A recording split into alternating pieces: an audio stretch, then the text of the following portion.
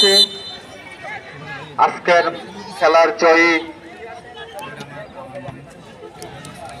খেলার জয়ী খেলবেন চতুর্থ ম্যাচ জয়ী টিমের সাথে এবং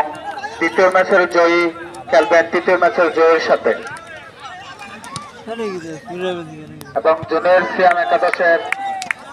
পক্ষ থেকে